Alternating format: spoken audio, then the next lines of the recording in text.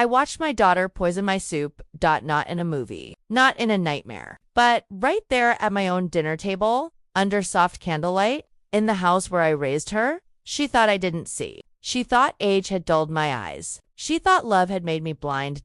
She was wrong. I didn't shout. I didn't ask questions. I didn't move at all, because sometimes the most dangerous moment of your life doesn't ask you to run. It asks you to stay perfectly still. Asterisk. That evening looked peaceful from the outside. The kind of night people imagine when they talk about family. A warm bowl of soup. A single candle flickering between us. The quiet hum of the house settling in for the night. My daughter moved around the kitchen with care. Too much care. Wiping counters that were already clean. Straightening napkins that didn't need straightening. Smiling in a way that felt practiced, like she had rehearsed it. And every now and then, she would look at me, not with love, not with warmth, but the way you look at something you're waiting on, like a clock, like a countdown. Asterisk. When she placed the bowls on the table, she pushed mine just a little closer than usual. Do you need anything, Mom? She asked. Water. Crackers. Your medicine. The word medicine came out too carefully, too fast. My stomach tightened before my mind understood why. I told her I was fine, and I watched her turn back toward the counter. That's when it happened. A small packet appeared in her fingers. A quick flick of her wrist, a soft crinkle I was never meant to hear, and something fell into my soup. In that moment, my thoughts didn't race. They slowed. Because panic would have betrayed me faster than any scream.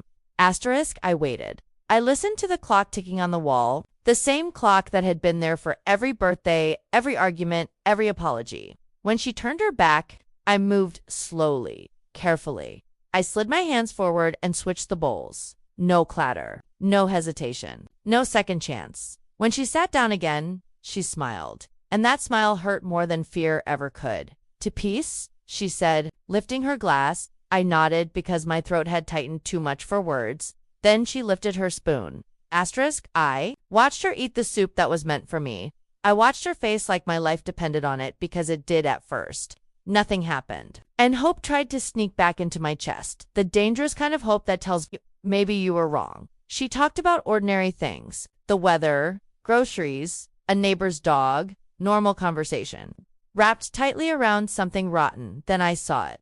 A pause in her sentence, a blink that lasted a second too long, her fingers tightening around the spoon. She laughed, but the sound was thin, fragile. Her hand shook as she reached for her water. And in that moment, I felt something colder than fear. I felt grief. Because whatever she had planned for me, she was now experiencing herself. Asterisk. I don't feel so good, she said. Her chair scraped hard against the floor as she stood, grabbing the table for balance. She walked toward the hallway like the house had changed shape. I followed, not rushing, not touching her. In the bathroom, she braced herself against the sink, breathing fast. My phone was already in my hand when I called 911. My voice was calm. Because when your life is on the line, you learn how to speak like you've already survived. The sirens came.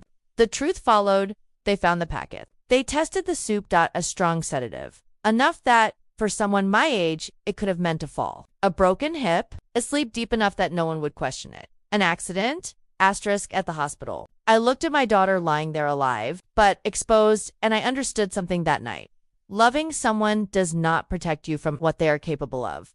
When the detective asked if I wanted the truth on record, my chest ached, but I said yes, because silence is how endings get rewritten. Since then, things have changed. Locks, paperwork, boundaries, that should never have been necessary. But I am still here.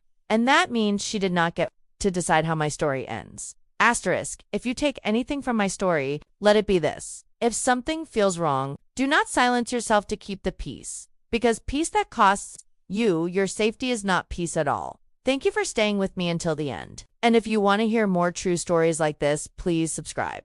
Asterisk.